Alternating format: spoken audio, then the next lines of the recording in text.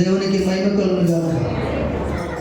యేసు ప్రభువారు శిలువ మీద పలికిన మొదటి మాట లూకా సువార్త 23వ అధ్యాయము 34వ వచనం మనం చూద్దాం.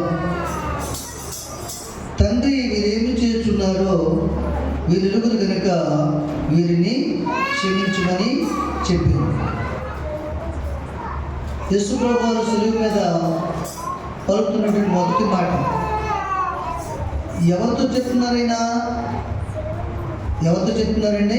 తండ్రి వీరేమి చేస్తున్నారో వీరిరువురు కనుక వీరిని క్షమించమని చెప్పాను. తండ్రి అయిన దేవునితో తనని ఎవరైతే లోకానికి పంపించారో ఆ తండ్రికి ప్రార్థన చేస్తున్నాడైనా. ఏమని ప్రార్థన చేస్తున్నాడంటే,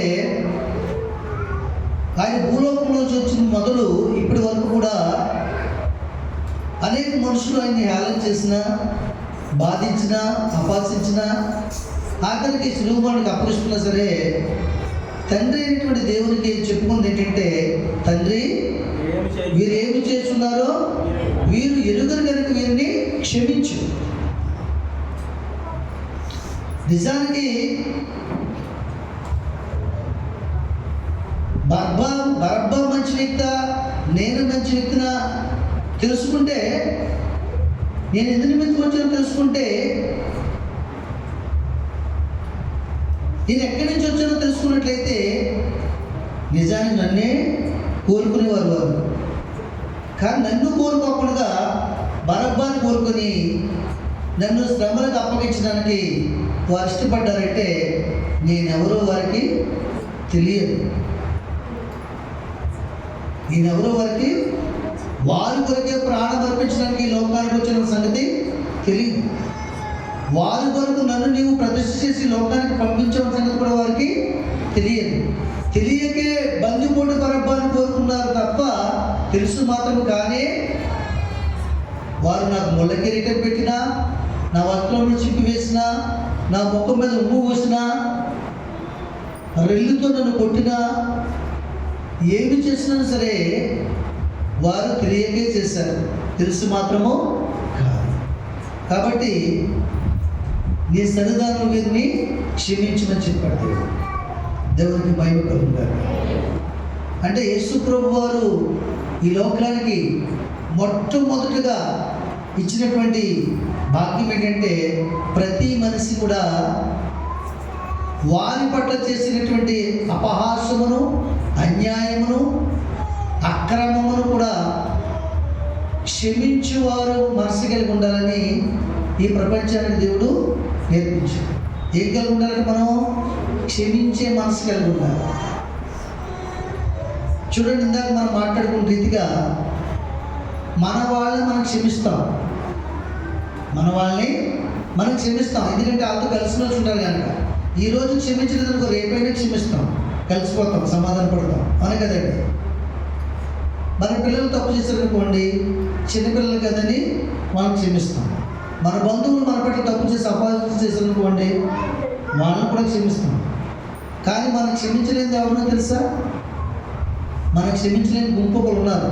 వాళ్ళు ఎవరంటే రక్త సంబంధికులు కాని వారు, బయట ప్రజలు, దేవునికి వేరుగా జీవిస్తున్న ప్రజలు, దేవుని ప్రజలు కానివారు అనగా అవిశ్వాసులు, అన్యజనులు.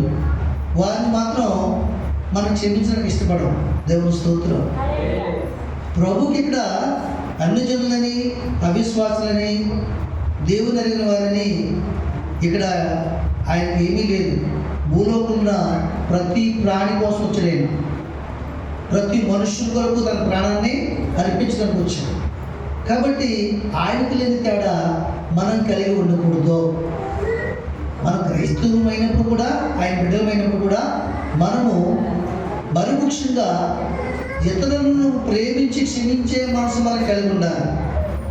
మనకు ఎవరైతే అన్యాయం చేస్తున్నారో, ఎవరైతే మనల్ని అపహాస్యం చేస్తున్నారో, ఎవరైతే మనకు అపకీర్తి తీసుకొస్తున్నారో, ఎవరైతే నీకు ఇష్టం లేని పనులు చేస్తున్నారో, ఎవరైతే మనసులో నిన్ను గాయపరుస్తున్నారో, నీ కుమారుడు కావచ్చు, నీ శత్రువు కావచ్చు, నువ్వు దూరపు బంధువు కావచ్చు, నీ పొరుగువారు కావచ్చు, ఎవరైనప్పుడు కూడా వారిని మొట్టమొదటిగా క్షమించే మనసు కలిగి ఉండాలి. మనం ఆ మనసు కలిగి లేకపోతే ఎన్ని దినాలు ఇలా గుడ్ ఫ్రైడేలు చేసుకున్నా, ఎన్ని సంవత్సరాలు ఉపవాసం ఉన్నా, ఎన్ని సంవత్సరాలు పాటలు పాడినా సున్నా. దేవుని స్తోత్రం.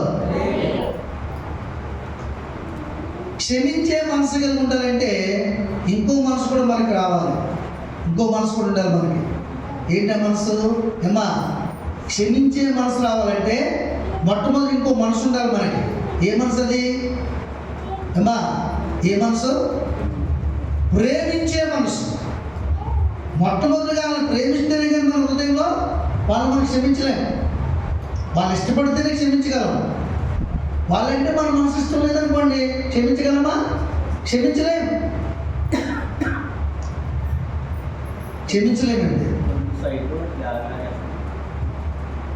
కనుక దేవుని సన్నిధానంలో మనం మొట్టమొదటిగా దేవుడు మనకు చూపించిన ప్రేమ ఏంటంటే ఒకరినొకరు క్షమించుకోవాలి.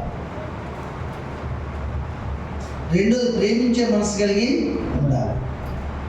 ఈ రెండు మనసులు మనలో ఉండాలంటే ఒక ప్రాముఖ్యమైన ఉన్నతమైన మనసు మనకు కలిగి ఉండాలి. ఏంటో మనసు? అమ్మా, ఇందాక కదా విన్నారు, యేసయ్యా నీలాంటి హృదయమిమ్ము, యేసయ్యా ప్రేమించే హృదయమిమ్ము, యేసయ్యా నీలాంటి హృదయమిమ్ము, యేసయ్యా ప్రేమించే హృదయమిమ్ము, యేసయ్యా ప్రేమించే హృదయమిమ్ము, యేసయ్యా పరిశుద్ధ హృదయమిమ్ము, యేసయ్యా ప్రార్థించే హృదయమిమ్ము, యేసయ్యా తగ్గించే హృదయమిమ్ము, సిలువ వేయబడిన క్రీస్తు, యేసయ్యా నీలాంటి హృదయమిమ్ము, యేసయ్యా ప్రేమించే హృదయమిమ్ము, యేసయ్యా క్షమించే హృదయమిమ్ము. ఇది ఉన్నతమైన మనసు. నీకు క్షమించే మనసు రావాలన్నా, ప్రేమించే మనసులకు మొట్టమొదటి నీలో పుట్టాలన్నా యేసయ్య మనసు నీలో ఉండాలి. ఏ మనసు ఉండాలి? మనుషులు మనసుతో ఆలోచిస్తే నువ్వు క్షమించలేవు. నీ వారిని క్షమిస్తావు, నీ వారిని ప్రేమిస్తావు, నీ వారి అయిన వారిని. నీ బయటి వారిని నువ్వు ప్రేమించలేవు, క్షమించలేవు. ఎందుకంటే నీ వారైన వారు ఎల్లప్పుడూ నీతో ఉంటారు, వారు ఎల్లప్పుడూ ఉండరు. వాళ్ళకి నీ మధ్య సంభాషణ ఉండదు, శత్రుత్వమే ఉంటుంది. అలాంటి వారిని క్షమించాలంటే యేసయ్య మనసు కావాలి. అది ఏ విధంగా ఎవరిని మనం ప్రేమించలేము, మన శత్రువుల్ని మనం ప్రేమించలేము. ఏమండి, మనల్ని అపహాస్యం చేసిన వారిని మనం క్షమించలేము, మనకి నష్టపరిచిన వారిని క్షమించలేము. కానీ వారిని మొట్టమొదటిగా క్షమించాలని ప్రభు వాక్యం చెప్తాం. చూద్దాం, సామెతల గ్రంథం చూడండి. సామెతల గ్రంథం 25వ అధ్యాయం. సామెతల గ్రంథము 25వ అధ్యాయం 21, 22 వచనాలు చూడండి. నీ పగవాడు ఆకలి కొని ఎడల వారికి భోజనం పెట్టుము, దప్పి కొని ఎడల వారికి దాహము. ఎవరికంట భోజనం పెట్టాలి? నీ పగవాడు ఆకలి కొని ఉంటే అతనికి భోజనము పెట్టాలి, ఆహారం పెట్టాలి. ఏమండి? దప్పికొని ఎట్లా వారి దాహము ఎవరికట? ఎవరికి? నీ పగవాడికి, నీ శత్రువుకి. అసలు ఈ పని చేయడానికి వీలవుతుంది అంటారు మనకి. ఏమ్మా, ఇప్పుడు మిత్రుడికి పెడతాం, స్నేహితుడికి పెడతాం, అవునా కదా చెప్పండి.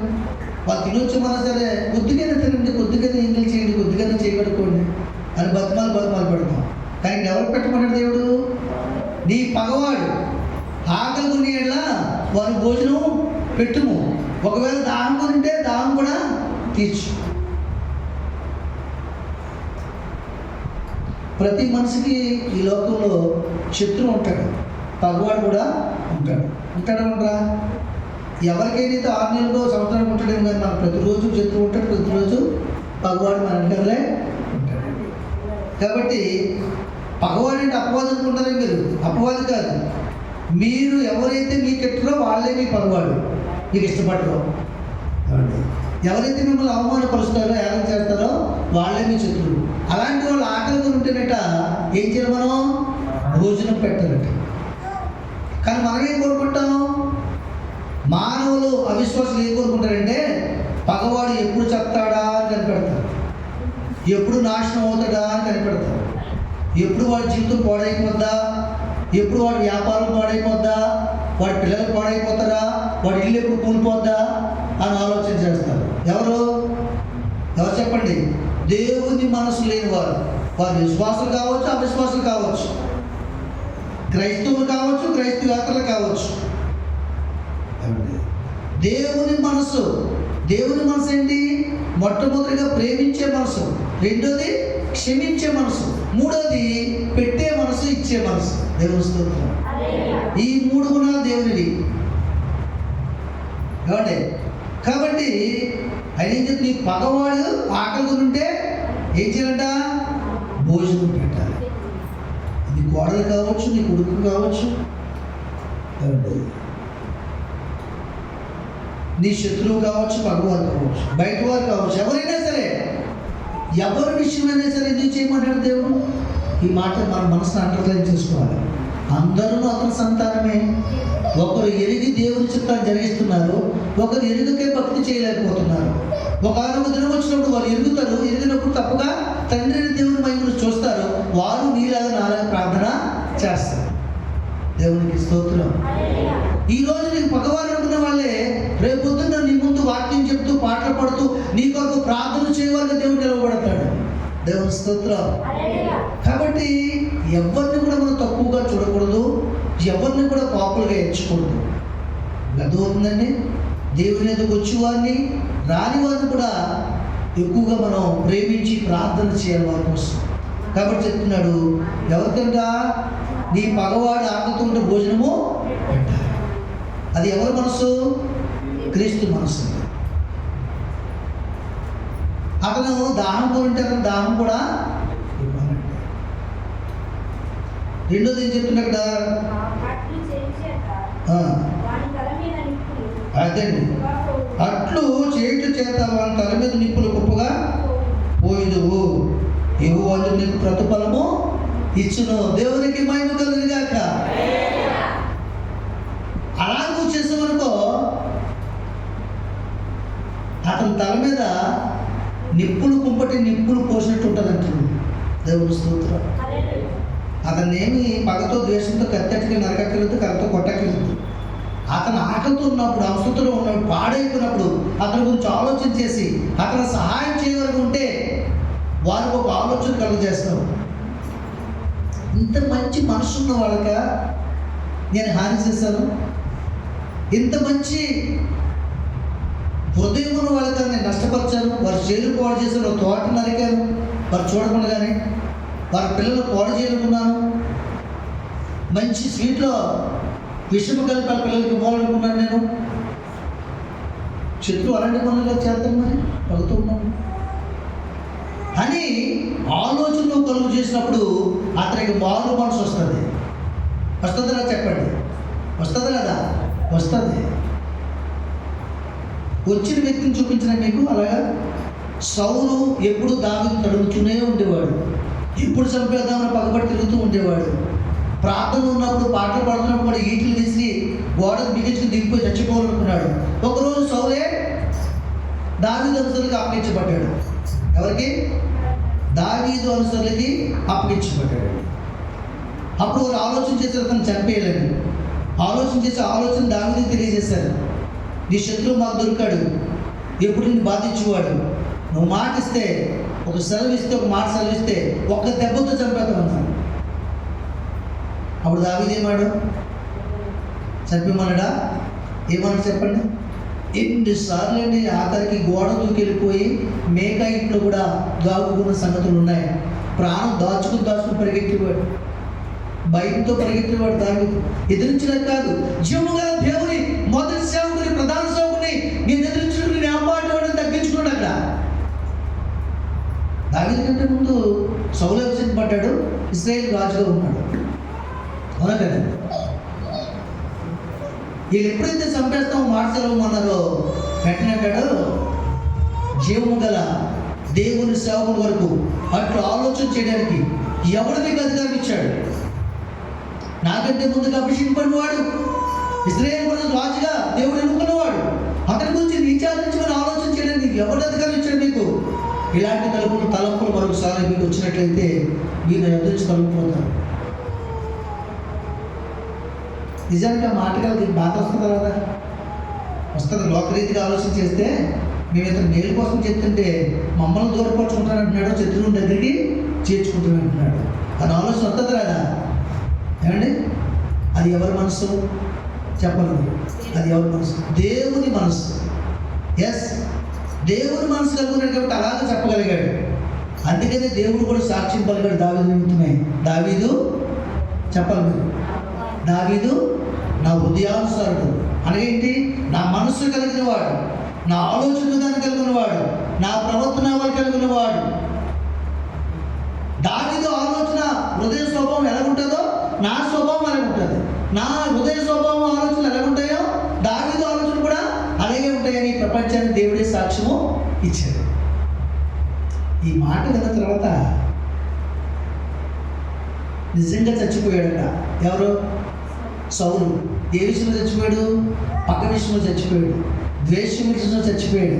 అంటున్నాడు, దావీదా నాయనా ఈ స్వరము నీదేనా? నీకు చేసినటువంటి అపకారాన్ని ప్రత్యుపకారం చేసే మనసులో కలిగిన వాడివి.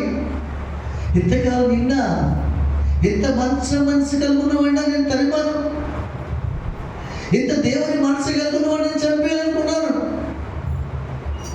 నాయన నా ఆశీర్వాదం కూడా నువ్వు పొందుకోవయ్యా, నా ఘనత కూడా నీవే పొందుకోవయ్యా, నీ రాజ్యము స్థిరముగా ఉండను గాక అన్నాడా లేదా? అన్నాడు లేదండి. ఎప్పుడైతే శత్రువులు మనం ప్రేమిస్తామో అతనికి మన పట్ల, మన కుటుంబం పట్ల పగన ద్వేషాన్ని మనం చంపివేయవరం అవుతాం. దేవునికి మహిమ కలుగు కాక. దాన్ని గొంతు పిచ్చి చంపేయాలి పగనే ద్వేషాన్ని. అప్పుడే సజీవుడేసిన రక్తంలో వారిని మనం కడగలేము. పగలు ప్రార్థన చేయలేమండి. పగుంటే ఇక్కడ నేను కిచ్చిన వాళ్ళు చాలామంది ఉన్నారు, అలాగే నన్ను కించబడిన వాళ్ళు చాలామంది ఉన్నారు. కానీ నిత్యం వారి కొరకు ప్రార్థన చేస్తాను. ప్రార్థన చేయకపోతే ఎందుకు మాటలు మైక్లో? అవునుగా చెప్పండి. ఎందుకు భక్తిని చెప్పండి. మనందరూ దేవుని శత్రువులుగా జీవించిన వాళ్ళు గతంలో, మన పాపముల చేత దేవుని విసిగించిన వారు. అయినను ఇప్పటికీ కూడా ఈ అతిక్రమాలను బట్టి, ఈ తప్పుదలను బట్టి దేవుడు విజ్ఞాపన చేయొచ్చునే. దేవుని స్తోత్రం, హల్లెలూయా. అలాగూ చేయడం వల్లంట నిప్పులు ఒక తల మీద కుప్పలుగా పోయినట్లు అవుతుందంట.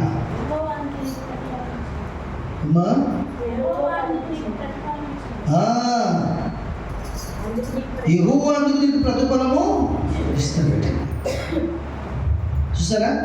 ఈరోజు క్రైస్తవులమైన మనము, దేవుని పిల్లలమైన మనము దేవుని దగ్గర మనం చేసే ప్రార్థనకి, భక్తికి, పాడే పాటలకి, ఇచ్చే కానుకలకి ప్రతిఫలం పొందుకోలేకపోతున్నాం.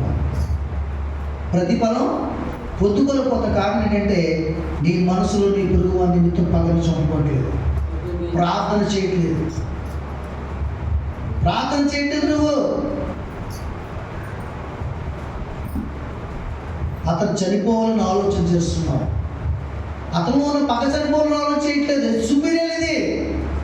నీ శత్రువు చనిపోయి కంటే నీ శత్రువులో ఉన్నట్టు పగ చనిపోతే అతను బ్రతికి మరొకసారి నీకు మంచి మిత్రుడు అవుతాడు, దేవుని నామాన్ని మహిమపరుస్తాడు. అందుకని యేసుప్రభు ఏమన్నాడు తెలుసా?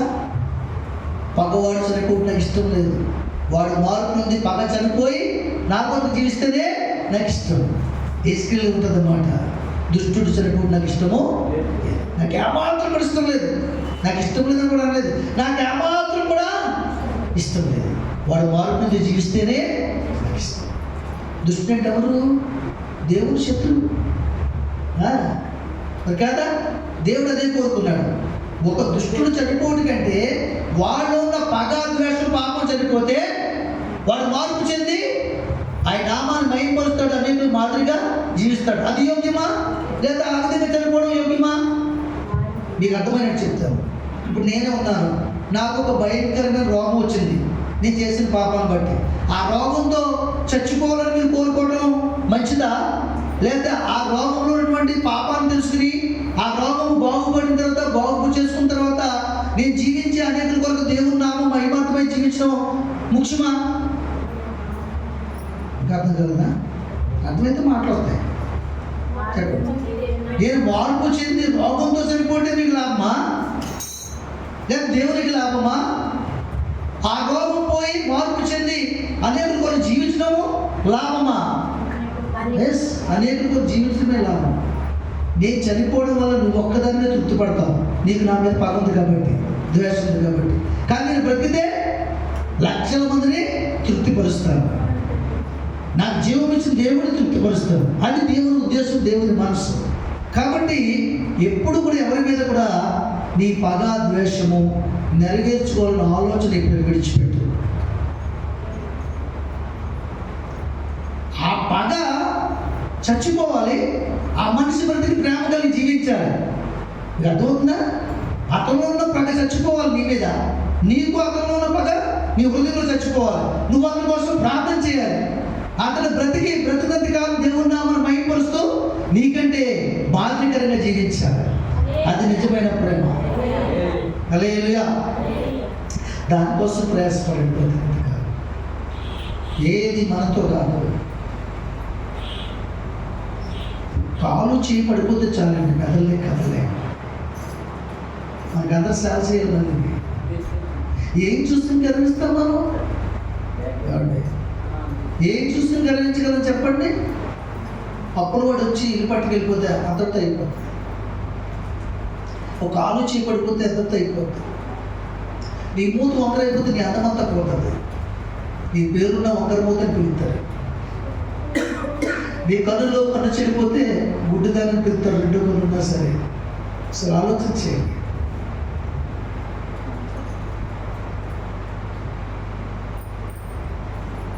మనం కోరుకోవాల్సింది ఒకటే, మన శత్రువు చనిపోవాలని ఎప్పుడు కోరుకోదు, కానీ అతను ఉన్న శత్రుత్వం చనిపోవాలి, పగ చనిపోవాలి. అది చనిపోవాలంటే ముందుగా నీలో పగ ద్వేషం చనిపోవాలి అతని మీద. ఎస్, యేసు ప్రభువుకి ఆయన బాధించే వారి మీద, ఆయన గుద్దే వారి మీద, మూలేసిన వారి మీద బాధ లేదేంటి? ఇప్పుడు చిన్నపిల్లడు ఉన్నాడండి, వాడు మన ముఖం మీద ఉమ్మొస్తాడు, పట్టీలు మనం పడతామండి. తెలియక ఎక్కడో పోయాడు తెలియక మన ముఖం మీద వస్తాడు కదా. తుడుచుకుని వాడు చెప్పమనుకో, సరిచేసుకోడా తప్పుగా సరిచేసుకుంటాడు. గోపికించుకుంటాడు, పడిపోయి చనిపోతాడు. కాబట్టి క్రైస్తవుడు అంటే ఎవరి మీద కూడా పగలేని వాడుగా ఉంటారు. అందుకని పౌలు గారు ఏమన్నా తెలుసా? లోకమునకు నేను, లోకంలో నాలో సులువు వేసుకున్నాను. చచ్చిపోవాలి. ఈ పగ ద్వేషము వీటన్నిటి విషయాలు చచ్చిపోవాలి. చచ్చిపోబట్టే మనస్ఫూర్తిగా పలకరించగలిగాను దాన్ని. ఎస్, చచ్చిపోబట్టే మనస్ఫూర్తిగా నేను ఇప్పటికీ పలకరిస్తాను, ప్రార్థన చేస్తాను కూడా. ఆ క్షణమే నీకు బాధ అనిపించిన క్షణంలో వారికి వాక్యం తెలియని విధంగా ప్రవర్తించారు.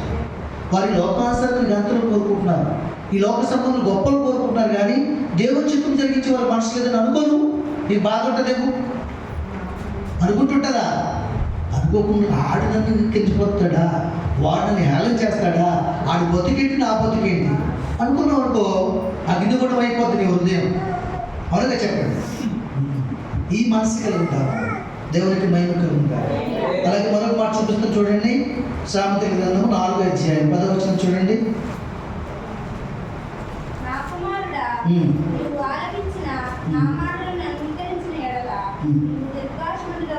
చూసారా ఎంత చక్కని మాట. ఇప్పుడు ఏం చెప్పాడు దేవుడు ఇంతవరకు మీకు? ఏమా ఏం చెప్పాడు ఇంతవరకు? చెప్పాలి మీరు. ఏ మనసు కలుగుతామని చెప్పాడు దేవుడు మీకు? క్షమించే మనసు. క్షమించే మనసు మనకు రావాలంటే ఇంకే మనసు కలిగి ఉండాలి? ప్రేమించే మనసు కలిగి ఉండాలి. రెండు మనసు మనలో సుఖ నివాసం చేయాలంటే ఇంకే మనసు కలిగి ఉండాలి? దేవుని మనసు కలిగి ఉండాలి. రెండోది ఏం చెప్పాడు? ఈ మనసును కలిగి ఉన్నప్పుడు నీ పగవాని చనిపోవాలని కోరుకోకూడదు, కానీ పగవాని హృదయంలో పగ ద్వేషం చనిపోవాలని కోరుకోవాలి. అతను సజీవుడిగా జీవించి దేవుని చిత్తాన్ని జరిగించాలని ప్రార్థన చేయాలి. కాబట్టి రెండోది ఏం చెప్పారు ఇక్కడ? ఇవన్నీ కూడా ఏం చేయాలంట? డాడీ ప్రశ్న ఏం చేయాలో చెప్తారు ఇక్కడ. ఏమ్మా, నా కుమారుడా, నీవు ఆలకించిన మాటలు అంగీకరించిన ఎడల నువ్వు దీర్ఘాయుష్మంతుడు అవుతావు. ఇలా చేయడం వల్ల ఎవరికి లాభం? ఏమా, ఈ పగవాడి మీద పగ పెట్టుకోకపోవడం వల్ల అతను ఉన్న పగాద్వేషం చచ్చిపోవాలని, అతను సజీవుగా దీవించాలని, నీ వలే దేవుని చిత్తాన్ని జరిగించాలని నీలో ఉన్న పగను చంపేసుకుని ప్రార్థన చేసినప్పుడు దీనివల్ల ఎవరికి ఉపయోగం? నీకే ఉపయోగం, నాకే ఉపయోగం. ఏంటది? నా కుమారుడు అని పిలుస్తాడు దేవుడు. బాప్తిస్మం తీసుకున్నది మాత్రం నా కుమారుడు అని పిలవడైనా పిలుస్తాడా? పిలవడు. కానుకలు మాత్రం నా కుమారుడు అని పిలుస్తాడా? పిలవడు. పిలుస్తాడు. ఎప్పుడంటే ఈ మనసు కలిగినప్పుడు ఇంకా మంచిగా పిలుస్తాడు. నా మంచి కుమారుడా, నా స్నేహితుడా, నా సుకుమారుడా అని పిలుస్తాడు. కాబట్టి దేవుని పిల్లలకి అర్హత, దేవుని పిల్లలకి అర్హత కావాలంటే ఈ మనసు మనకు కలిగి ఉండాలి. ఈ పగవాడిని క్షమించి ప్రేమించి మనసు కలిగి ఉండాలి. అతను మేలు కోరాలి. అప్పుడు యేసు ప్రభు యొక్క కుమారుడు నిన్ను అంగీకరిస్తాడు. అంగీకరించినప్పుడు ఆయన చెప్తుంది కదా, నా కుమారుడా, నీవు నా ఆలకించిన మాటలు అంగీకరించిన ఎట్లా ఏం చేయాలంట? చాలా మంది ఆలకిస్తారు కానీ అంగీకరించరు. అర్థమవుతుందా? మీరు కూడానే చాలా మంది ఆలకిస్తారు కానీ అంగీకరించరు. అంగీకరించడం అంటే ఏంటి? అంగీకరించడం అంటే ఏంటి? నీలో ఉన్న పాపాన్ని తెలియజేతలు ఒప్పుకొని పాపాన్ని విడిచిపెట్టి దేవుని మాటల్ని హృదయంలో చేర్చుకోవడం, అది అంగీకరించడం. ఏమంటే నీలో ఉన్న పగని ద్వేషాన్ని ఇప్పుడే ఈ సమయంలో నీకెవరి మీద పగ ఉంటే, ద్వేషం ఉంటే, ఎవరి మీద అసూయ ఉంటే ఈ సమయంలో యేసు రక్తంలో తొలగించబడుగాక. తొలగించుకుని ఈ మాటలు చేర్చుకోవాలి. నేను నిజముగా ఈరోజు దేవుని కుమారుడు అవ్వాలి, దేవుని చేత పిలువబడాలి. ఆయన మాటలు ఆలకించినప్పుడే నాకు దీర్ఘాయుష్మంతుడు చేస్తున్నాడు దేవుడు. ఏమవుతావు నువ్వు? దీర్ఘాయుష్మంతుడు అవుతావట. నీ మీద రోగం ఏలుబడి చేయదు, నీ మీద సమస్యలు ఏలుబడి చేయవు, నీ మీద అపవాది ఏలుబడి చేయలేడు. నువ్వు దేవుని ప్రాకారంలో ఉంటావు, ఆయన సన్నిధిలో ఆయన హస్తాలు మధ్యలో ఉంటావు. చూసారా? ఇలా చేయడం వల్ల ఎవరికి లాభము? మనకే లాభం. ఏంటది? మొట్టమొదటిగా దేవుని కుమార్తెగా కుమారుడిగా దేవుడు నిన్ను అంగీకరిస్తాడు, ప్రతిష్ఠ చేస్తాడు.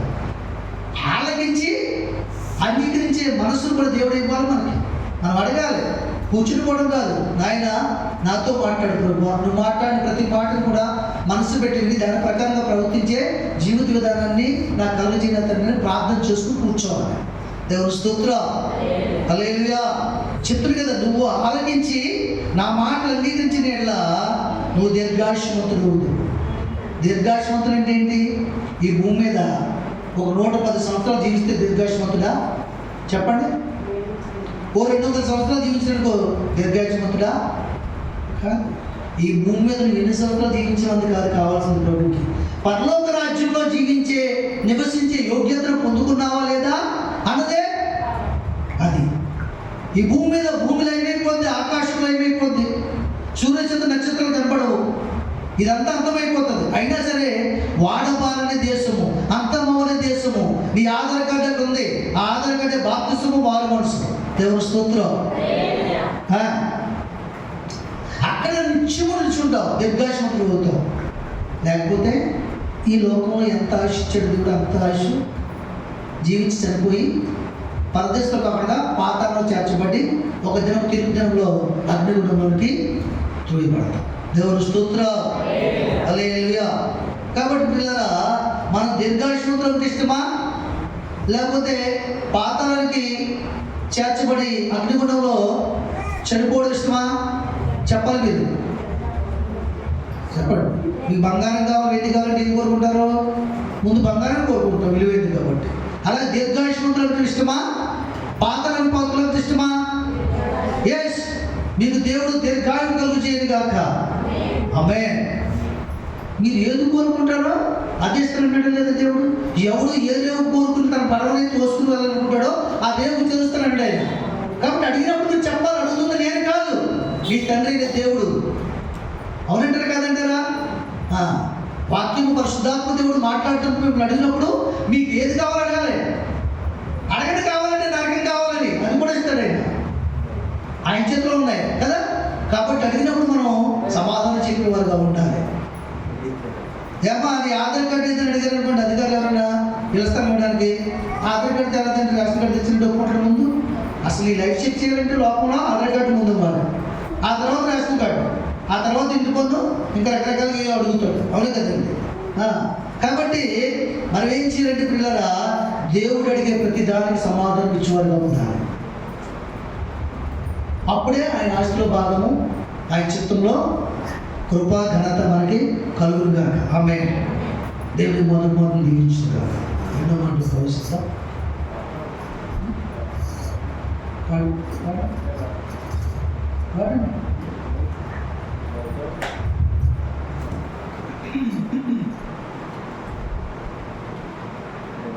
స్టాప్ చేయండి. రెండో మాట పడుతుంది. ఎందుకంటే కూర్చొని